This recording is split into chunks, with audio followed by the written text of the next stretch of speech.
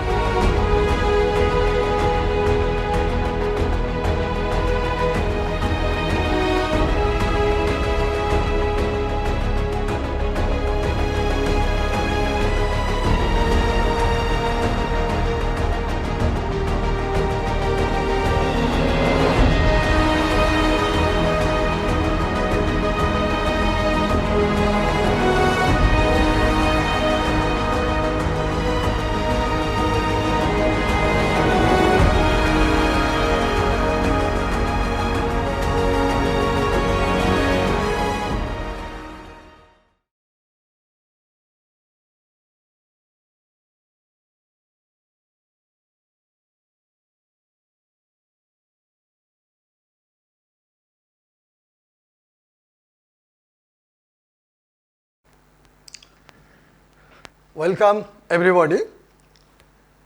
I am proud that I have got again chance to meet you with a new lesson. Today's lesson is our runaway kite. Our runaway kite. Lesson number 5 of class 10. You can see the name of the lesson is our runaway kite. Class 10, subject you can see English. So everything is given here. তাহলে তোমরা দেখতেই পাচ্ছ যে আজকে আবার আমি তোমাদের সামনে একটা নতুন লেসন নিয়ে হাজির হয়েছি। ক্লাস 10 এর লেসন। লেসনের নাম উপরে দেওয়া রয়েছে। আর রান অ্যাওয়ে কাইট, আমাদের পালিয়ে যাওয়া ঘুড়ি, আমাদের পালিয়ে যাওয়া ঘুড়ি। Writer's name is also given here, Lucy Maud Montgomery. Lucy Maud Montgomery. So we should know in brief about the writer. Lucy Maud Montgomery was a Canadian author best known for a series of novels beginning with Anne or Annie of Green Gables. Lucy Maud Montgomery, যিনি LM নামে পরিচিত, একজন কানাডার লেখক, এখানে লেখিকা। তিনি প্রচুর উপন্যাস লিখেছেন এবং তার শুরু যে উপন্যাসটা নিয়ে সেটি হলো Anne of Green Gables. Anne of Green Gables. She wrote numerous novels, poems and short stories. তিনি প্রচুর উপন্যাস, ছোট গল্প, কবিতা লিখেছিলেন। So we shall read the piece written by this writer. You can see an image of the writer, Lucy Maud Montgomery. তোমাদের সুবিধার্থে একটু ছবিরও ব্যবস্থা করেছি আমি। তোমরা দেখতে পাচ্ছ তার ছবি। ছবিটা কালারটা একটু ফ্যাকাশে, কারণটা নিশ্চয়ই বুঝতে পারছো যে তিনি বেঁচে নেই। তার জন্মসাল দেওয়া রয়েছে 1874, তিনি মারা গেছেন 1942। 1942. Next we shall know what will be the subject matter of today's lesson. This story is about a brother and a sister living on an isolated island with their father. অর্থাৎ এই গল্পে আমরা পাবো একজন ভাই এবং একজন বোন, তাদের বাবার সঙ্গে একটা একেবারে বিচ্ছিন্ন দ্বীপে তারা বসবাস করে, who through a series of incidents get reunited with their long lost relatives. বিভিন্ন ঘটনা ঘটে যাবে, বিভিন্ন ঘটনা চলতে থাকবে, তারপরে এদের দীর্ঘদিন আগে হারিয়ে যাওয়া যে আত্মীয় স্বজন তাদের সঙ্গে এরা ঐক্যবদ্ধ হবে, তাদের এরা খোঁজ পাবে, তাদের সঙ্গে এরা থাকতে শুরু করবে। It is a touching tale that underlines the value of relationships. অর্থাৎ এটা অত্যন্ত মর্মস্পর্শী গল্প। This is a very touching tale, মর্মস্পর্শী গল্প, যে গল্পটার মধ্যে দেখানো হয়েছে যে রিলেশনশিপ, আত্মীয়তার যে মূল্যবোধ। অর্থাৎ আমরা বর্তমানে দেখি নিউক্লিয়ার ফ্যামিলি, বাবা মা একটি সন্তান আলাদাভাবে থাকে, বাকি পরিবার থেকে আমরা বিচ্ছিন্ন। সেই জায়গায় থাকার কি সুবিধা এবং অসুবিধা সেটা কিন্তু যারা রয়েছে বা রয়েছেন তারাই বুঝছেন। এই গল্পে দেখানো হয়েছে যে কি, the story depicts the value of relationship in today's disunited family structure. We feel that relationship makes us complete. গল্পে দেখানো হয়েছে যে আমরা যারা আলাদা আলাদাভাবে থাকি, একতাবদ্ধভাবে থাকলে তার যে কি সুবিধা, সেই ঘটনাটাই আমরা কিন্তু আজকের যে গল্প আর রান অ্যাওয়ে কাইট, সেই গল্পের মধ্যে আমরা দেখতে পাবো। এই গল্পে আমরা কি পাবো না, একটা kite. So what will the kite do? Kite কি করবে? Yes, kite is the main character of this story, you can say. So a kite plays an important role to unite the separated members of a family. So how is it possible? একটা ঘুড়ি আলাদা হয়ে যাওয়া পরিবারগুলোকে একত্রিত করবে, এটা কি করে সম্ভব? To know in detail, we shall have to study the text. So let's come to the text. You can see here a picture. Here is also a picture. So many pictures are here. বেশ কিছু ছবি এখানে তোমরা দেখতে পাচ্ছ। এই ছবিগুলোর মধ্যে কি আছে, আস্তে আস্তে টেক্সটটাকে পড়লে আমরা কিন্তু বুঝতে পারবো। টেক্সটের মধ্যে আমরা তিনটে ইউনিট পাবো। আমি তোমাদের পড়িয়েছি দ্য পাসিং অ্যাওয়ে অফ বাপু। ওইখানে দেখবে pass away.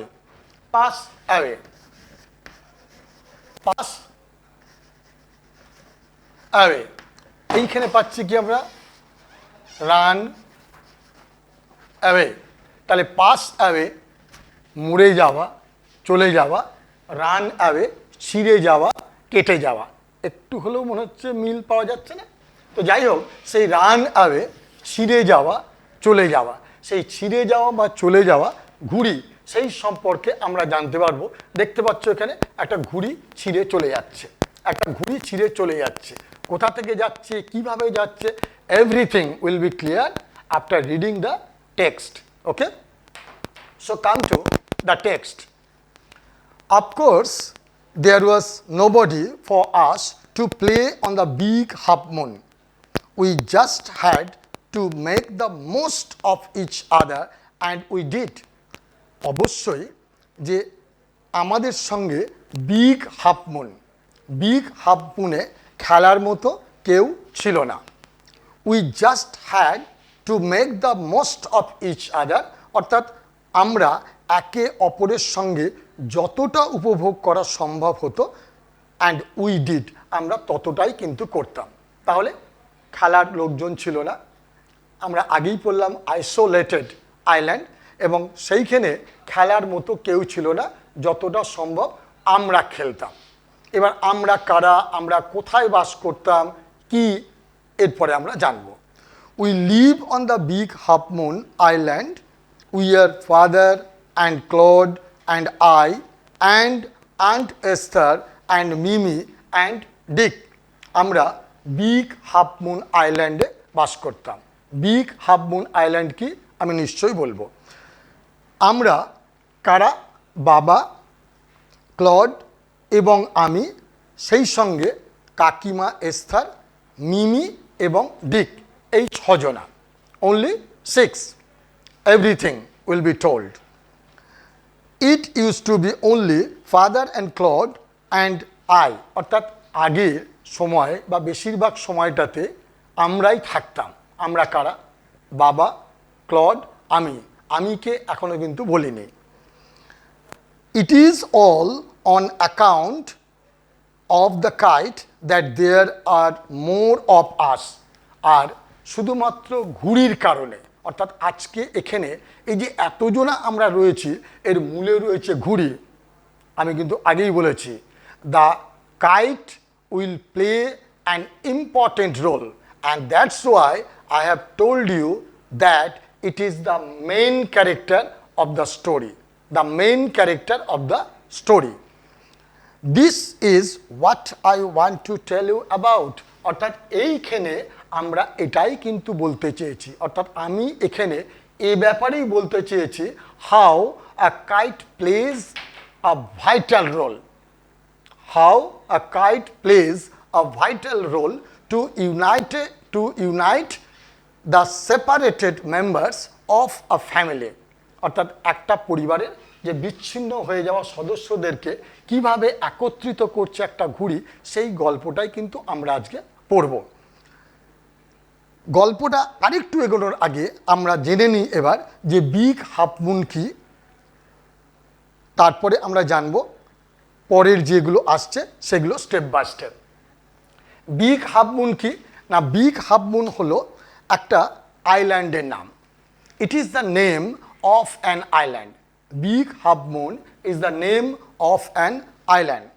Lucy Maud Montgomery, অর্থাৎ যিনি লেখিকা, রাইটার, এডওয়ার্ড আইল্যান্ডে জন্মগ্রহণ করেছিলেন। কি বললাম?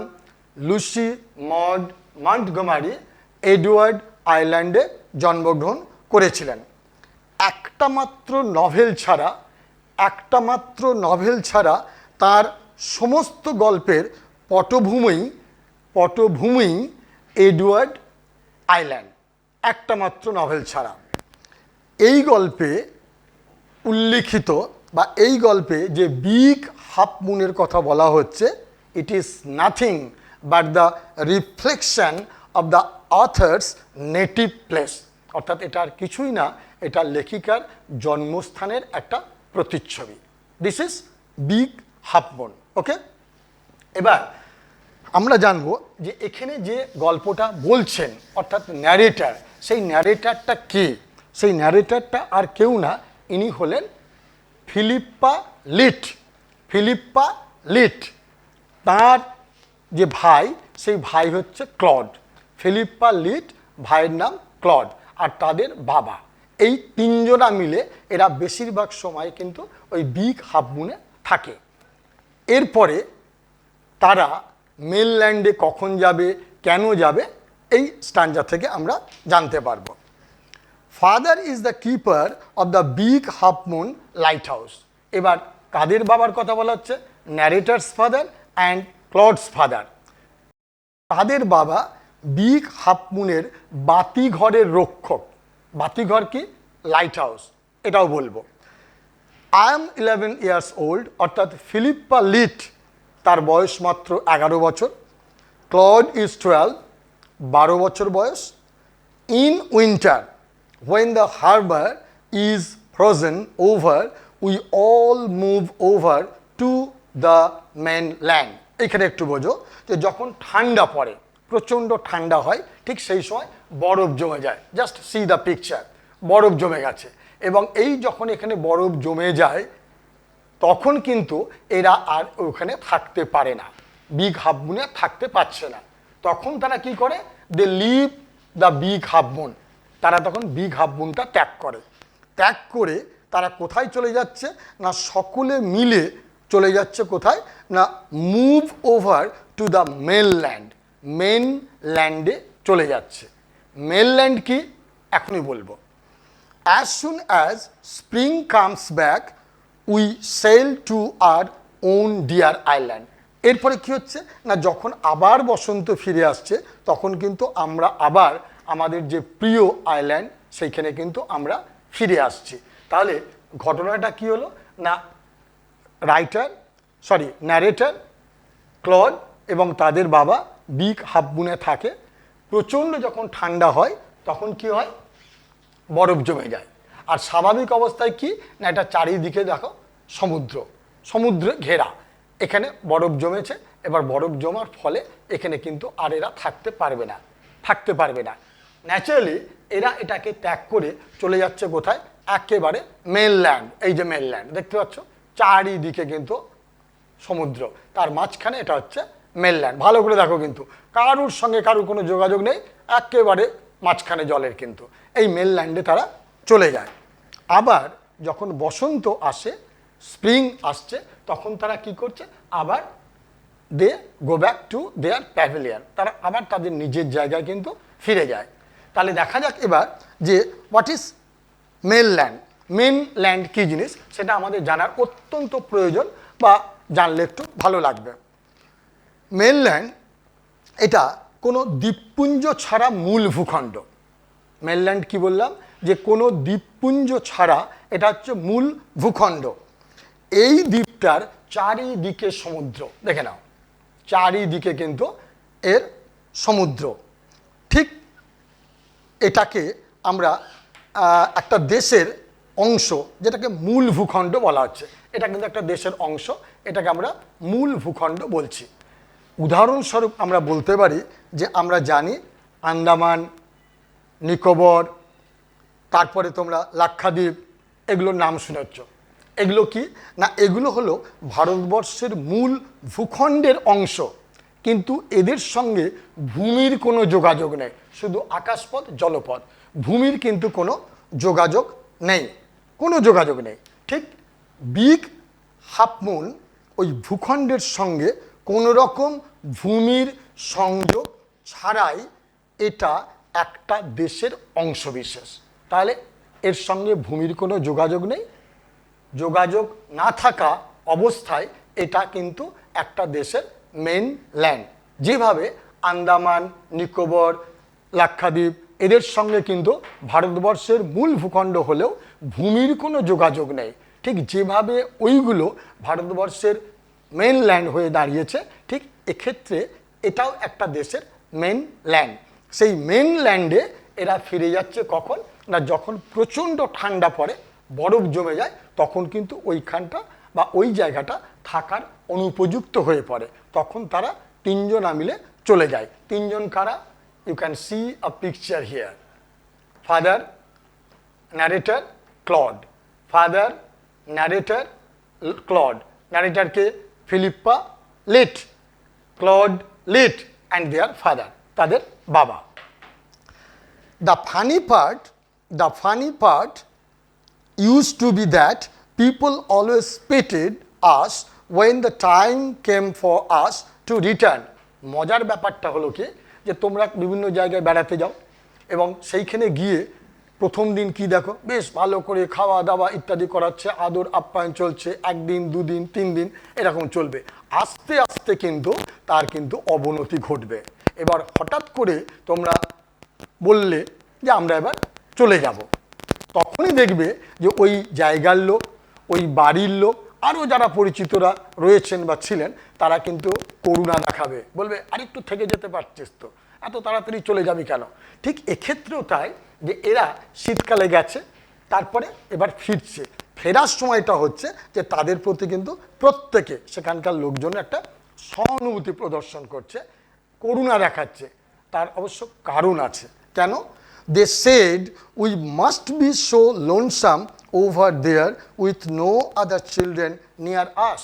এর কারণটা হচ্ছে যে তারা বলছে যে আমরা যখন আবার ওই মেনল্যান্ডে আমরা বিগ হাফ মুনে ফিরে যাব, সেইখানে কিন্তু কি হবে না, সেটা লোনসাম, খুব নির্জন জায়গা হবে, যে এখানে কিন্তু আমাদের সঙ্গে খেলার মতো কেউ থাকবে না। খেলার মধ্যে কে রয়েছে? ন্যারেটর, তার মানে ফিলিপ্পা লিট আর ক্লড, এই দুজনা, আর বাবা। সেই জন্য কিন্তু এরা করুণা প্রদর্শন করছে, তারা বলছে যে আরও কিছুদিন কিন্তু থেকে যেতে পারতিস। Of course, Claude and I would have liked to have someone to play with us. অবশ্যই ক্লড এবং আমি চাইতাম যে আমাদের সঙ্গে কেউ খেলুক, আমাদের সঙ্গে খেলার সাথী হোক আরও, বা কেউ থাকুক, তাদের সঙ্গে আমরা খেলি, এটা কিন্তু আমরা চাইতাম। It is hard to run pirate caves and things like that with only two.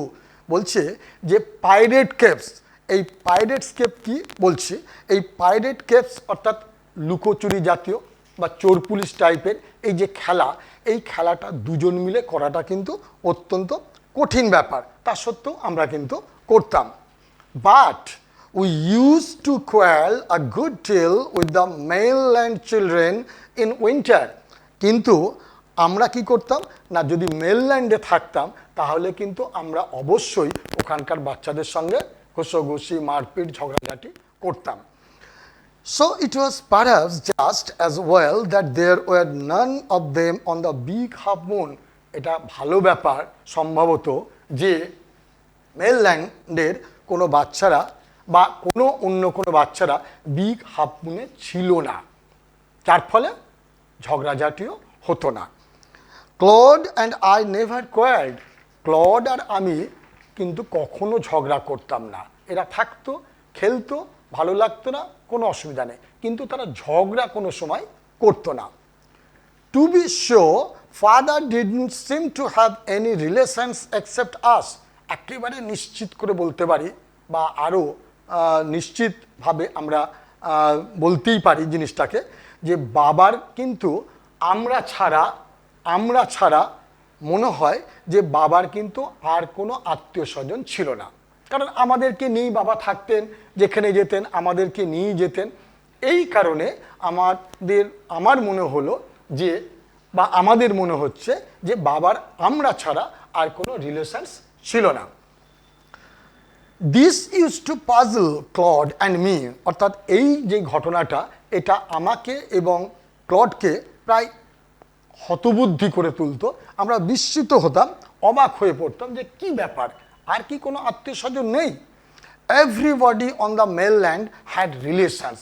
ওই মেনল্যান্ডের কিন্তু প্রত্যেকের কিন্তু আমরা আত্মীয় স্বজন দেখতে পাচ্ছি, বাচ্চারা খেলাধুলো করছে, কিন্তু এইখানে কিন্তু খেলাধুলোর কোনো লোকজন নেই। ওয়াই হ্যাডন্ট উই, আমাদের নেই কেন? Was it because we lived on an island? প্রশ্ন হতেই পারে যে আমরা কি কোনো ওই ল্যান্ডে, অর্থাৎ কোনো দ্বীপপুঞ্জে, একটা ছোট দ্বীপে থাকি বলে কি আমাদের কোনো লোকজন নেই, বা এখানে কেউ থাকে না বা আসে না? We thought it would be so jolly to have an uncle and aunt and some cousins. অর্থাৎ আমরা ভাবলাম যে খুব আনন্দদায়ক ব্যাপার হতো, খুব মজার ব্যাপার হতো যদি আমাদের একজন কাকা, কাকিমা এবং খুড়তো, পিস্ততো, জেঠতো, মাস্ততো ভাই বোন থাকতো, তাহলে বেশ মজা হতো। আমরা অন্তত খেলাধুলো করে সময়টুকু কাটাতে পারতাম, মনের খোরাকটুকু অন্তত আমাদের মিটতো, শারীরিক যে পরিশ্রমটা সেটাও হয়তো একটু হতো। Once we asked father about it, এবার আমরা ঠিক করলাম যে বাবাকে একবার জিজ্ঞাসা করি যে ব্যাপারটা কি। But he looked so sorrowful that we wished we hadn't, কিন্তু তাকে জিজ্ঞাসা করাতে তিনি এতটাই দুঃখিত হলেন যে আমরা ভাবলাম বা ঠিক করলাম যে আমাদের বলাটা হয়তো ঠিক হলো না। He said it was all his fault. তার উত্তরে তিনি কি বলেছিলেন জানো? তিনি বললেন যে এটা সব নাকি তাঁর দোষ, সব কিছু তার দোষ। Clod and I didn't understand what he meant. কিন্তু তিনি যে এই কথাটা বললেন যে সবই নাকি তার দোষ, এই যে কথাটা, এই কথাটার দ্বারা তিনি কি বলতে চাইলেন তার অর্থ কিন্তু আমরা ঠিকমতো বুঝে উঠতে পারলাম না। তাহলে তোমরা সংক্ষেপে হলেও গল্পটা জানতে পারলে। গল্পের অর্থটাও জানতে পারলে। এবার দেখার চেষ্টা করো একটু কয়েকটা শব্দের মিনিং, বেশি দিইনি। আমার মনে হয় যে এই গল্পের মধ্যে বেশিরভাগ শব্দের মানেই তোমরা জানো। গল্পটাতে আমরা দেখব যে কেন এত সোজা ব্যাপারটা। প্রথমেই বলি যে তিনি লিখেছেন কি, নভেল লিখেছেন, শর্ট স্টোরি লিখেছেন এবং কিছু কবিতাও লিখেছেন। এই যে গল্পটা আমরা পড়ছি, আমি দেখিয়ে দেবো যে টাইপ অফ দ্য টেক্সট, এটা হচ্ছে একটা ছোট গল্প। ছোট গল্প এবং ছোট গল্পের যা যা বৈশিষ্ট্য হওয়া দরকার, অর্থাৎ একটা সিঙ্গেল থিম থাকবে, তারপরে মিনিমাম ক্যারেক্টার থাকবে, ল্যাঙ্গুয়েজ থাকবে লুসিড, সিম্পল, সবগুলোই কিন্তু এই গল্পের মধ্যে বর্তমান। কেন বললাম না, এখানে যে শব্দগুলো রয়েছে সেই শব্দগুলোর বেশিরভাগ মিনিংই কিন্তু আমার মনে হয় তোমাদের কাছে জানা রয়েছে, যার ফলে কয়েকটা শব্দ আমি এখানে ব্যবহার করেছি। হারবার, হারবার, পোর্ট বন্দর, quarrel very favourite thing, fall out ঝগড়া করা, এটা গ্রুপ ভার্ব ব্যবহার করলাম। পাজল শব্দটার মানে দিইনি, বলতে পারবে কেউ? হয়তো তোমরা হাসছো। পাজল হতবুদ্ধি হয়ে যাওয়া, ঘাবড়ে যাওয়া। নেক্সট জলি চেয়ারফুল প্রফুল্ল, লোনসাম লোনলি। এছাড়াও যে শব্দগুলো রয়েছে সেই শব্দগুলো কিন্তু অত্যন্ত সোজা। কেন?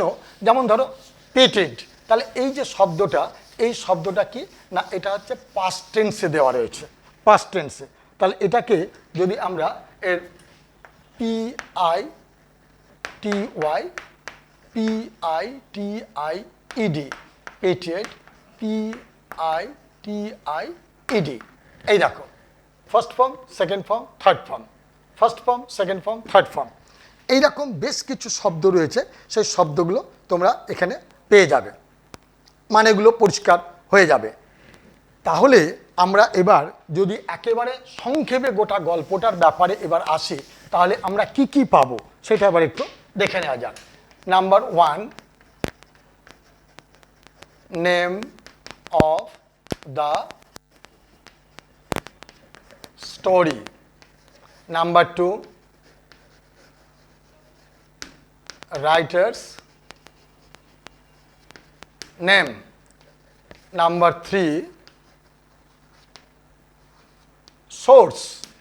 Number 4, major characters. Major characters. Number 5, type of the story. তাহলে আমরা কি কি পাচ্ছি? Name of the story, name of the story আর run away kite, right? Writer's name, what's the name of the writer? Lucy Maud Montgomery. Next, source, গল্পটা কোথা থেকে নেওয়া হয়েছে। তোমরা নিশ্চয়ই যখন দ্য পাসিং অ্যাওয়ে অফ বাপু পড়েছো, তার একটা সোর্স পেয়েছো। এইখানে কিন্তু গল্পের কোনো সোর্স নেই, কোনো জায়গা থেকে গল্পটা নেওয়া হয়নি, কোনো জায়গা থেকে গল্পটা নেওয়া হয়নি। নেক্সট যেটা পাচ্ছ, মেজর ক্যারেক্টার্স। মেজর ক্যারেক্টার্স কী কী পাচ্ছ? আপাতত এখানে 6খানা প্রায় মেজর ক্যারেক্টার্স পাচ্ছ। কয়েকটা নাম পাবে, নাম পাবে না। গল্পটা যত শেষের দিকে যাবে তত কিন্তু আরও 2টো ক্যারেক্টার দেখবে অ্যাড হবে। আমি ওটাকে এখন বলছি না, ওটা একটু থামাচাপা থাক এরকম অবস্থা। মেজর ক্যারেক্টার্স কি পাচ্ছ না, মেজর ক্যারেক্টার্সের মধ্যে আমরা দেখতে পাবো এখানে প্রথমেই আমরা বলি যে ন্যারেটার। প্রথমে কি পাচ্ছি এখানে? ন্যারেটার। ন্যারেটারের কি নাম? Number 1, PHI Philippa, Philippa, PHILIPPA Philippa Litt, Philippa Litt. Number 2, Claude. Number 2, Claude Litt. Number 3, their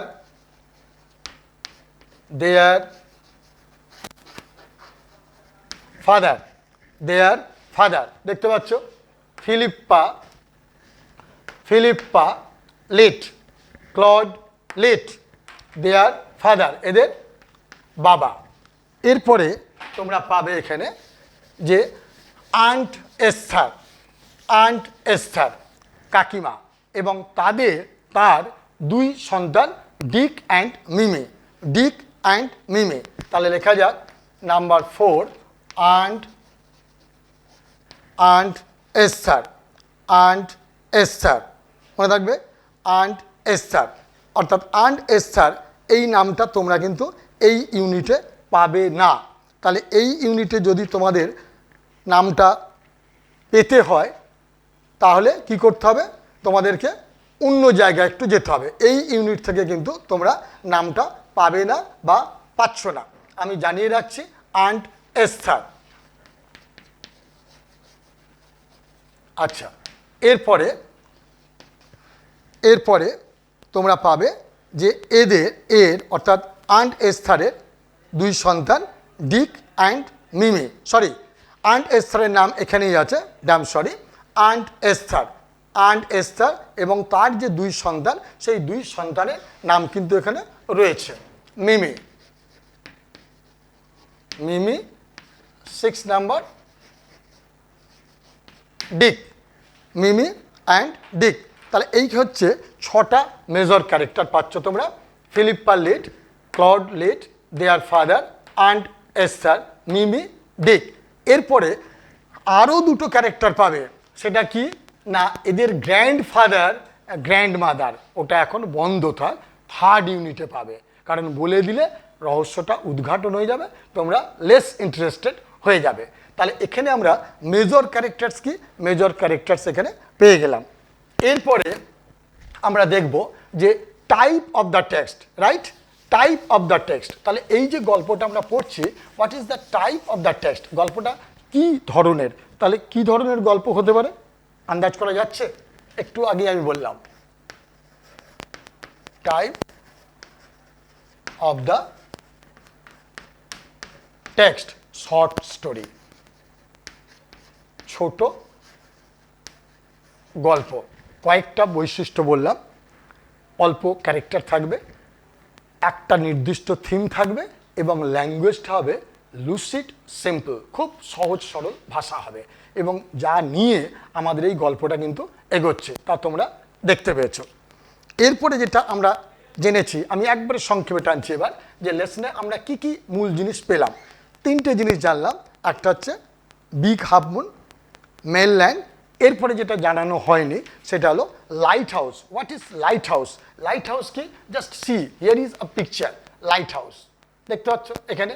তোমাদের বইয়েতেও কিন্তু ওই লাইট হাউসের একটা কিন্তু ছবি রয়েছে, সেই লাইট হাউসের ছবিটা আমি দেখাবার চেষ্টা করছি, দেখতে পাচ্ছ লাইট হাউস, দেখে নাও, বইয়ের দিকেও দেখো, এখানেও দেখো, সুন্দর একটা পিকচার কিন্তু প্রেজেন্ট করেছে লাইট হাউস। তাহলে লাইট হাউসের কাজ কি, তোমরা তোমাদের টেক্সট বইটা নিশ্চয়ই খুলে রেখেছো, সেখানে দেখতে পাচ্ছ a tower containing a strong beam of light to guide and warn ships near the coast. অর্থাৎ সমুদ্রের তীরের কাছাকাছি জায়গায় যখন জাহাজগুলো পৌঁছাচ্ছে তাদেরকে কোনো বিপদ সংকেত বা আলো রশ্মি দিয়ে সাহায্য করবে কে না, এই হচ্ছে টাওয়ারটা। এইখান থেকে কিন্তু আলো বেরোবে, এখান থেকে দিক নির্ণয় করতে সাহায্য করবে এবং কোনো যদি বিপদ হয় তাহলে কোনো বিপদের সংকেতও কিন্তু ওই লাইট হাউস থেকে পাবে। তাহলে 3টে জিনিস, lighthouse, big half moon, mainland. আশা করি 3টে জিনিস তোমাদের কাছে পরিষ্কার। এরপরে আমরা গল্পের একেবারে চলে আসবো এবার exercise.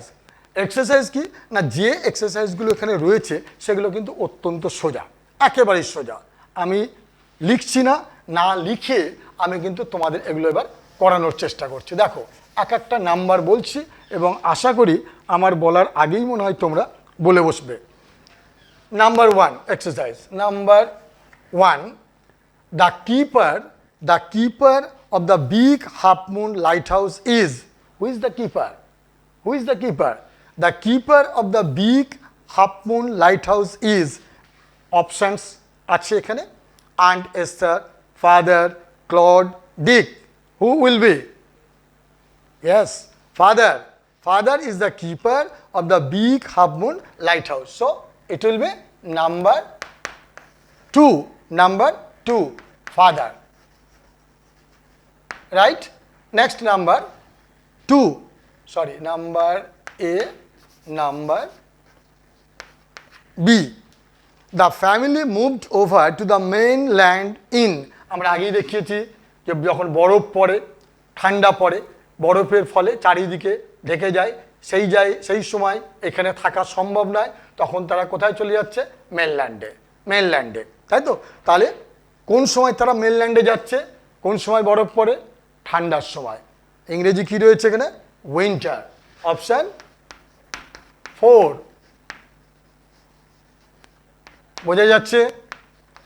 Number C, when asked about relations father looked, যখন বাবাকে আত্মীয় স্বজন সম্পর্কে জিজ্ঞাসা করা হলো, কি খুব আনন্দিত দেখিয়েছিল? না, সরোফুল, রাইট? সরোফুল, নিশ্চয়ই তোমরা জেনে গেছো। Sorrowful, sorrowful, সরোফুল।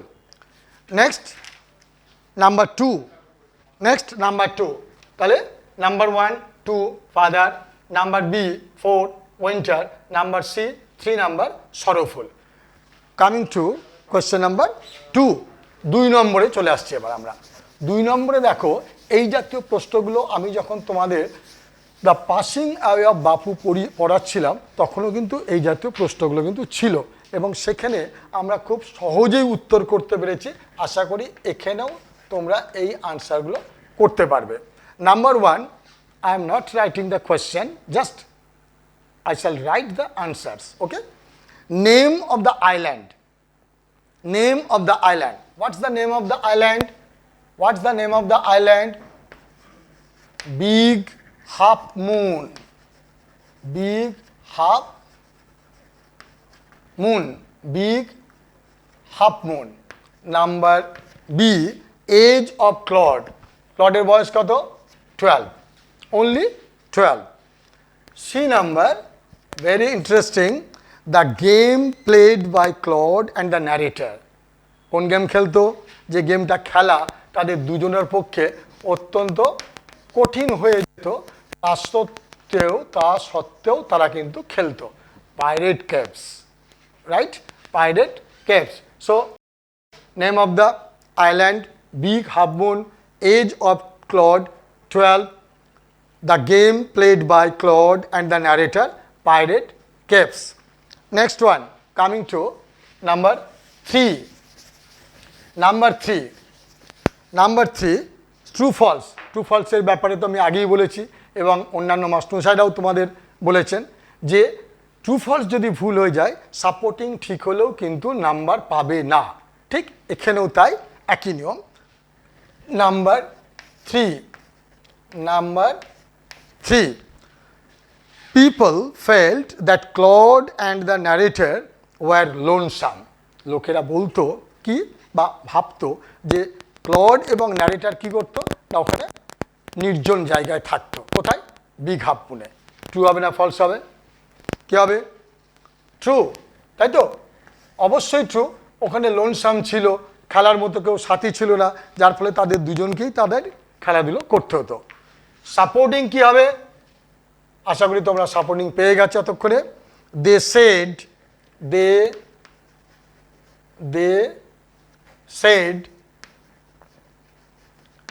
Said we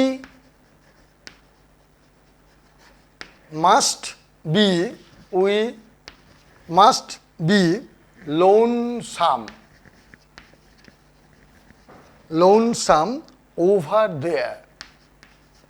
over there. This is the supporting statement of the question. Number 2,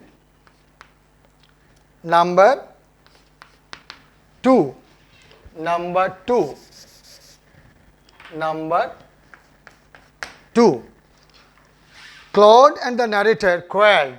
আমরা কোনোভাবেই এটা পাইনি যে ক্লড আর ন্যারেটর ঝগড়া করতো না, তাহলে এখানে বলছে ঝগড়া করতো, তাহলে কি হবে? False.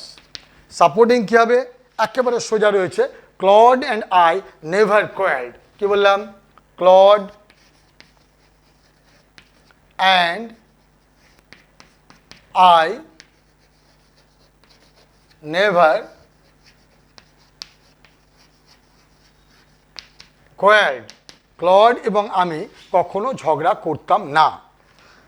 Number 3, nobody on the mainland had relations, অর্থাৎ মেনল্যান্ডে কারুর কোনো আত্মীয় স্বজন ছিল না। হ্যাঁ কি না? ছিল না? ছিল না? ছিল। তাহলে এটা কি হবে? এটা কি হবে? ফলস। তাই তো? এটা অবশ্যই ফলস। সাপোর্টিং কি হবে? Everybody, supporting everybody on the mainland, on the mainland had relations, had relations। এই হচ্ছে তোমাদের কোশ্চেন এবং আনসার্স, তোমাদের যে এক্সারসাইজগুলো দেওয়া রয়েছে সেগুলো।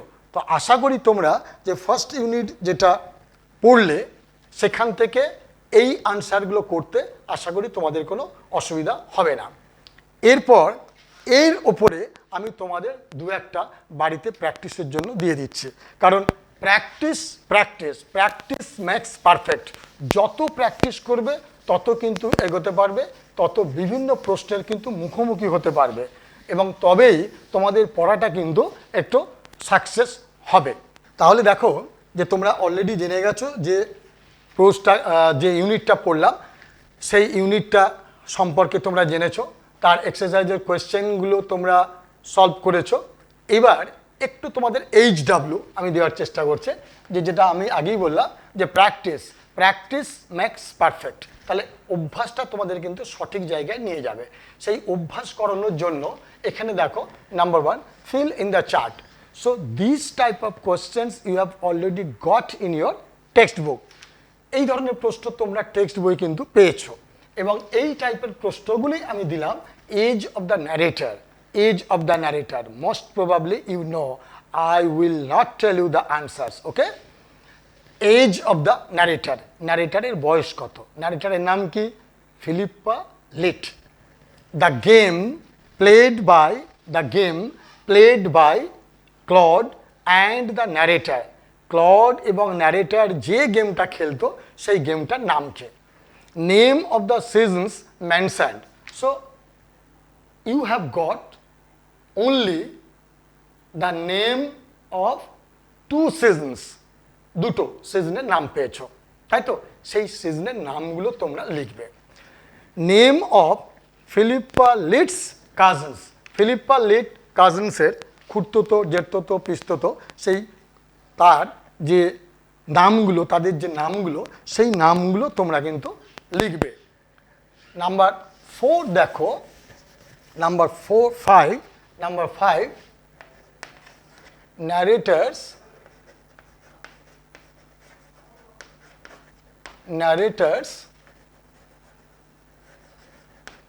aunts name,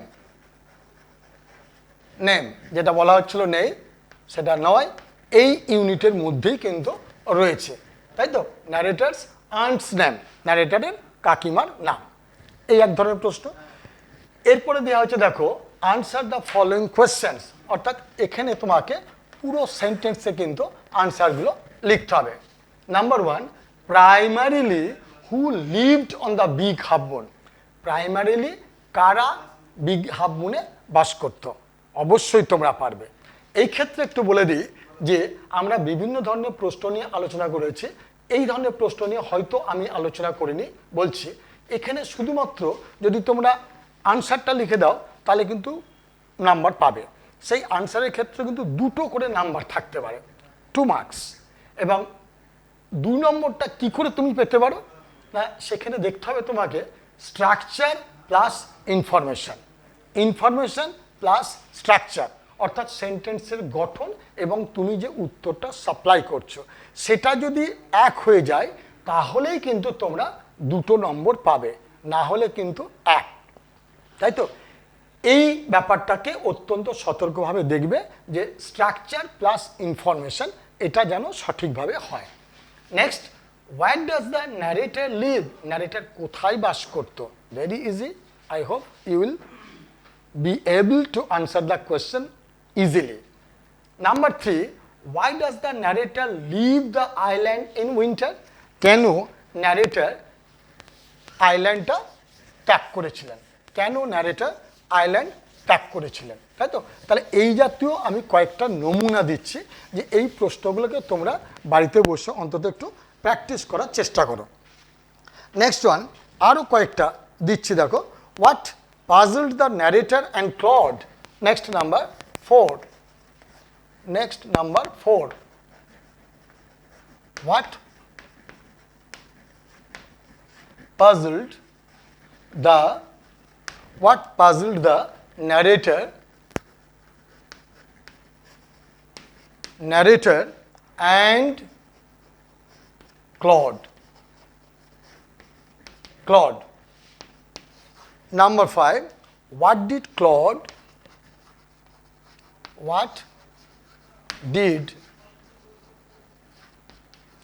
Claude and the narrator asks father about? এই কটা প্রশ্ন কিন্তু তোমরা বাড়িতে একটু প্র্যাকটিস করবে। এরপরে দেখে নাও যে আরও কয়েকটা একবারে নিউ আইটেম বলতে কিচ্ছু না, দু একটা তোমরা গ্রামার এখান থেকে দেখো যে কী কী ধরনের গ্রামার, দু একটা, বেশি নমুনা নিশ্চয়ই তোমাদের দেবো না, দু একটা তোমরা অলরেডি সিম্পল, কমপ্লেক্স, কম্পাউন্ড এগুলো ইত্যাদি একটু হলেও জেনেছো, কারণ যেহেতু তোমরা ক্লাস 10-এ পড়ো। তাহলে এখান থেকে আমরা যদি একটু গ্রামারের ব্যাপারটা ভাবি তাহলে কি হতে পারে, কয়েকটা, দু একটা কিন্তু আমি এক্সাম্পল দেওয়ার চেষ্টা করছি। দেখে নাও, নাম্বার 1 একটা সেন্টেন্স রয়েছে, this is what I want to tell you about. This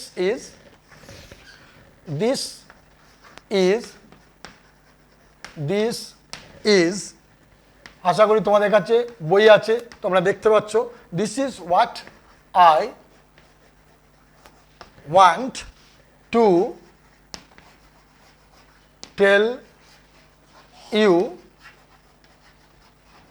about. নিঃসন্দেহে জানো এটা কমপ্লেক্স সেন্টেন্স, এটাকে আমি বলবো যে turn into simple sentence. Turn into simple sentence, number 1. Number 2, people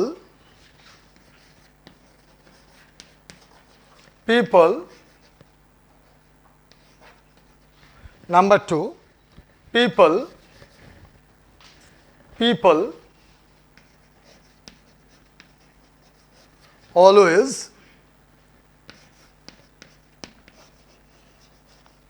pitied us.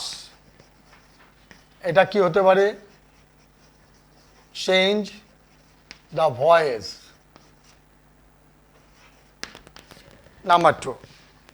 Next number 3, same sentence, ওই সেন্টেন্সটাকে দেখো একটু অন্যভাবে দিচ্ছি আমি, সেটা কি দেখো কিভাবে দিচ্ছি। People always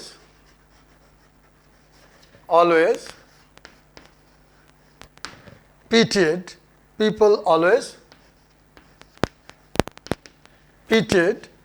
us. এখানে এই যে pitied শব্দটা, এটা কি বলছে? ইউজ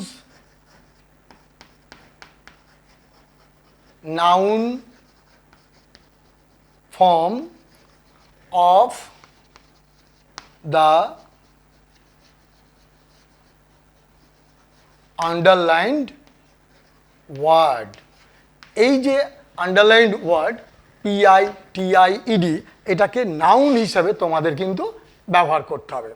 নাম্বার 4, একটা খুব ইন্টারেস্টিং সেন্টেন্স রয়েছে যেটা তোমরা প্রায় করে থাকবে এই জাতীয় সেন্টেন্সগুলোকে, সেই সেন্টেন্সটাকেই আমি তুলে দিচ্ছি, দিয়ে দেখো তোমরা প্র্যাকটিস করে বাড়িতে পারছো কিনা, অবশ্যই চেষ্টা করবে কিন্তু। As soon as, number 4, as soon as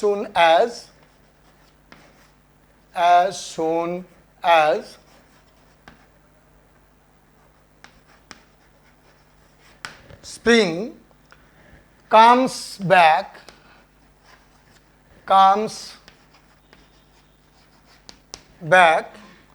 we sail to our own dear island. Dear island, এটাকে কিসে করতে বলবো? টার্ন ইনটু,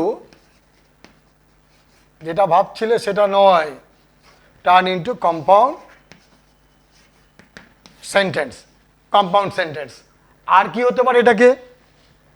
এই একই সেন্টেন্সকে আবার কি হতে পারে? Turn into negative. তাহলে এটাকেই প্লাস আবার বলছি কিসে পরিণত করবে? Turn into negative